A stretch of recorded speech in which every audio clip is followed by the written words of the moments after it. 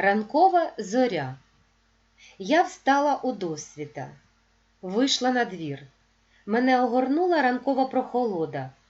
Небо на сході блідосинє, на траві, на листі краплі холодної роси. Десь високо-високо тремтить жайворонок. Він золотий, мов купається в рожевому морі. Що ж це його позолотило?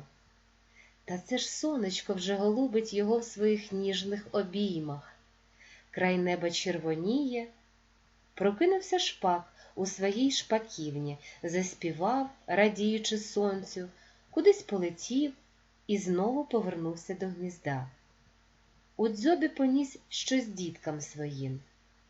Ранкова зоря розгортається, золоті смуги впали на небо. В долині над ставком піднявся туман. Скоро зійде сонце.